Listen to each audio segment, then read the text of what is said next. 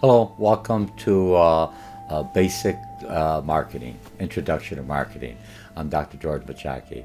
I'm doing a little bit different. You're taking me for a face-to-face class or online class, and this is just a quick overview, a summarization of what you've read from the author. Utilize your author, utilize the author software, either the hard copy book, and it's just a quick overview, just areas to look at as a reminder. Okay, so when you're looking at this class for marketing, the one lesson that I want you to, this is lesson 9, developing new products and managing the product life cycle. We've had that from other classes you had before, introduction to business, retail merchandising, other classes you are advertising, the product life cycle. So at different parts of the product life cycle, you either have to do some fine tuning or say we're going to find a new product, new market, or something else. So this is what all businesses go through. Sometimes it's a brand new business with a new idea. Those are it has different challenges. There's someone that's in a growth cycle, someone that's in maturity, and someone's in decline. All those tie in together. The chapter after this one, lesson we'll be talking about pricing, and again, it ties into the product life cycle. So how do you obtain new products? And I'm using a concept map. So print out the concept maps that I have. It's a PDF file. You'll look at something like this, the 2 sheets, put them together. This is just a quick overview of the book. The PowerPoints are in there, and it's just a real easy way to study. It has everything you need on here. So new way, I'm not going to go into detail, I'm just going to cover on here. You have the second level, so then you just add on to it, and that's how you learn, okay? So new ways to acquisitions or new product development. And that could be an old product, you just make it better or fine tune it. Now, developing new products and managing the product life cycle, the author has a figure in there, looking in a book, and in that figure it also had different aspects. So when it looks at the idea generation, we're going to talk about the screen the idea, concept developing and testing before you make it go live to make sure you take out all the kinks, because it also could hurt your brand name, marketing strategy development. I'm going to bring this into the market, into the realm for the public to see it, and then you're going to go back to business analysis. Now someone's looking at it, is this going to be profitable, which demographics, what is my competition, and then you develop the product. And when you develop the product, it's not only marketing, it's production, it's finance, it's accounting, everyone has to be in there, and they tie this in together with the business analysis to make sure the product will be successful. We have the money, we have the resources at the right time, and then you test the product, and then you commercialize it. Means you actually put it onto the market after you did all your testing and your tweaks, and then now you could go, and then that's what this whole chapter. So idea generation is systematic search for new product ideas. You could do 2 ways on this. I'm looking at this. You could do it internal from the I think a lot of companies have like entrepreneur concepts or department. They come up ideas that are generated from within the company. If you come up with ideas from within the company, remember, you're supplying all the resources, you're taking all the risks as an organization. However, you have to think about the employee. They are not going to give you new ideas if they don't get anything in return. A pat on the back. Okay, some will like that. Most want a little financial incentive, and this, when you see that they get some financial incentive, not a whole, it should be depending on how successful the product is, and because they were doing it on your time. So think about it. And then external, you could look at what your competitors are doing. You could see what the market wants, what customers want, and could you fill that market? Remember, the whole thing of being in a business is to find a need or a problem a customer has. A problem is not necessarily me. I don't like to cook, so my problem is resolved by a restaurant or a fast food place, okay? And then you have crowdsourcing, which other people will come in there and assist you in that. Remember, look at the book, read the book. I'm not trying to circumvent everything there. This is just a quick summarization, what you should have pulled out when you're reading the book and using the software. And now idea screening comes into the thing. This RW screening framework is basically real easy. And let me make this just a little bit easier for those who are following along. We'll do it at 200. Now I do my correction on here. Okay, so I'm doing pretty good. I want to keep this under 20 minutes. Can we win? when I look at win, is when you're doing a new product, you're spending money and everything, you want to be successful. So we all have in businesses win-win mentality. Yes. Is it real? I mean, everything I have, there's not just conceptual. I actually could put it together. And is it worth doing? Is there a cost? How much is it going to cost me to do it? And how much revenue will be acquired for the stakeholders, or not stakeholders, for the stockholders or the investors, okay? Now, concept development testing, again, on this one, you have the product idea, you have the product concept, you have to have the image of what you think the product is, and then you do the testing, okay? And then marketing on here, you have a marketing strategy, so you're looking at a design for initial marketing strategy for new product base. And remember, part of advertising and everything else or marketing is the communication method. What's going to be my message, or what you call integrated marketing. It's going to be, for now, I have a new product. Let's everyone focus on how we get this product out to the market after we go through all these stages we're talking. And then a marketing strategy, who's our target customers? What value? Is there going to value? Is it the generic? If you're coming in there, it's going to have some value. And if there's a value in there that my competitors aren't seeing, but my customers are seeing, because that's perspective I'm looking at, I could charge more, and we'll have that in our pricing next time.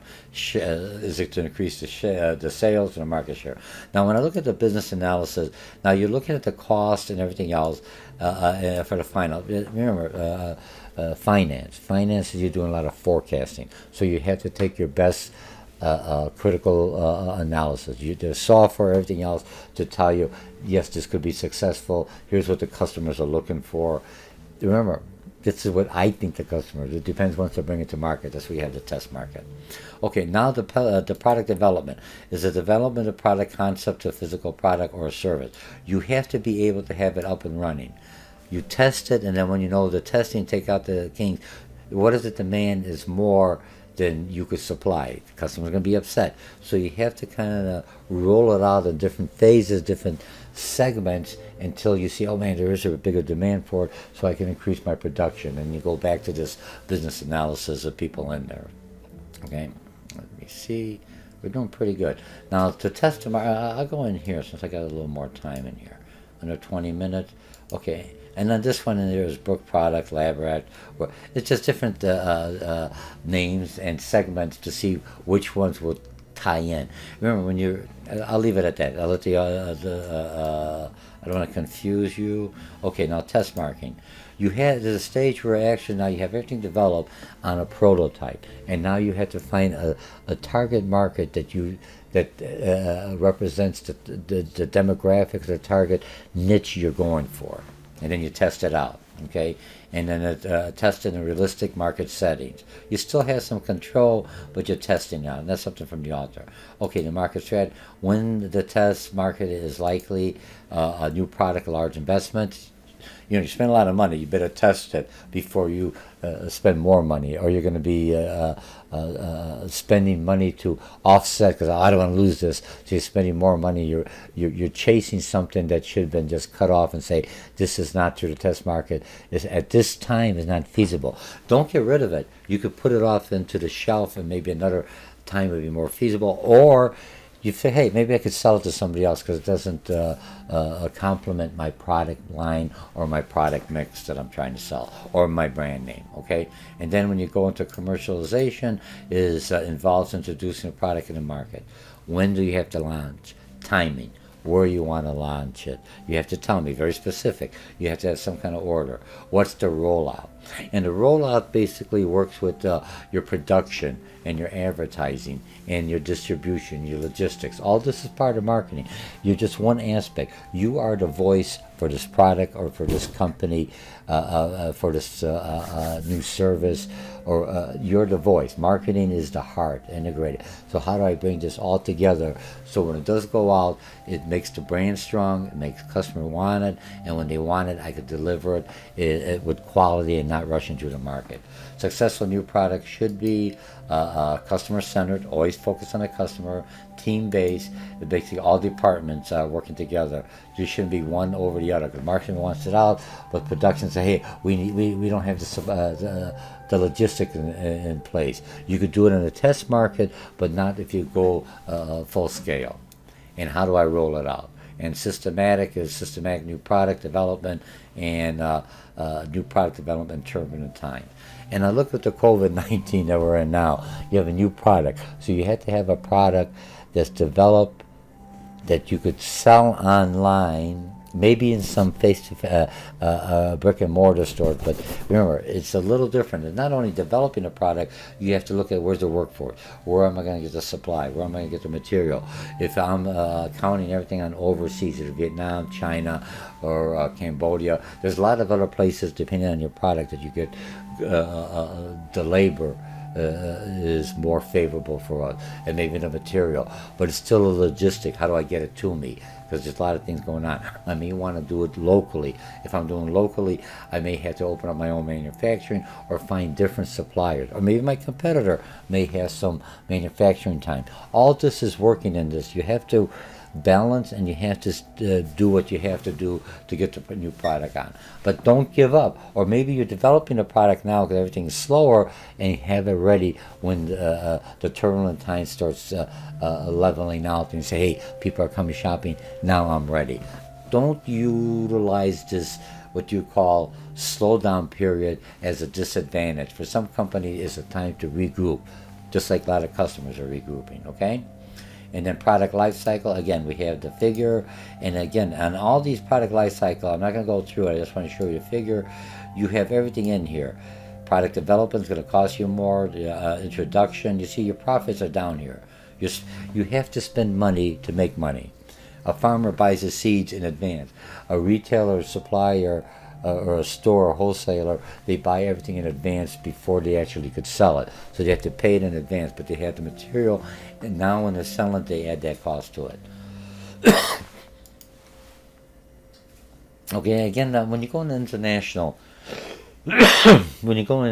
you're looking at different domestic markets you want to go to. May not be in your own market, but it's a different domestic market. Now, global means it could be sold anywhere. Visa's a global brand. I don't care what country you're at, they all know Visa. It's a global brand. But some products may be very specific to a niche, and that niche may be only to a certain culture or national market. Okay, so I just want you to think about that. And then when you're going global, and I guess on the global, when you looked at this one, I think the author had this one, the book, McDonald's. They change it depending, adapting it to a global product. McDonald's has turned France into the second most profitable market. Instead of an bun, that's not what they eat. They eat more of the biscuit, for lack of a better word. All right? So we have everything we covered. This is a quick overview for introduction marketing class. You're taking me for either an online or a face-to-face. I'm trying to bring this, here we go. Let me stop here. And I expand it back to the level. All right, so we covered all this, and I'll bring it down a little bit. Remember, this is the last thing you see, so I'm doing pretty good on my presentation at 150. We talked about all this. So this is your whole book. This is a whole chapter. I'm under 13 minutes, so look my concept map, read it. I'm trying to do this just as after you read everything else, or some people like to look at this ahead of time, and then when they're reading the book and adding, using a concept map, oh, I should look out for this. He said something to this, but he didn't expand on this. So that's how you do it. So again, welcome to marketing. This is a quick, and the reason I'm using YouTube, because then I don't have to worry about closed caption for those that need accessibility and need the closed caption on there. YouTube is fairly good. It's about 90% accurate. You have my concept map, my name, or something else may not come out right, but the rest is all right. So again, thank you for signing up for the class, and thank you for looking at this. And if you have a chance, look me up at some college, or go to your community colleges and take an intro to marketing class, and you do well. Bye.